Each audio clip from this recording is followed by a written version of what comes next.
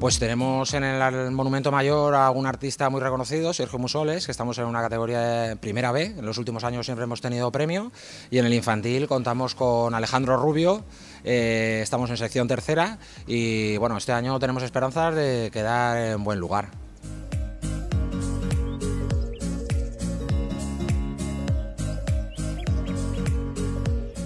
Bueno, tenemos una relación ya de muchos años, en este caso con Diresa y San Miguel, entre otras cosas por todas las facilidades que nos ofrece y bueno, además es una cerveza que fresquita pues entra muy bien en estas fallas.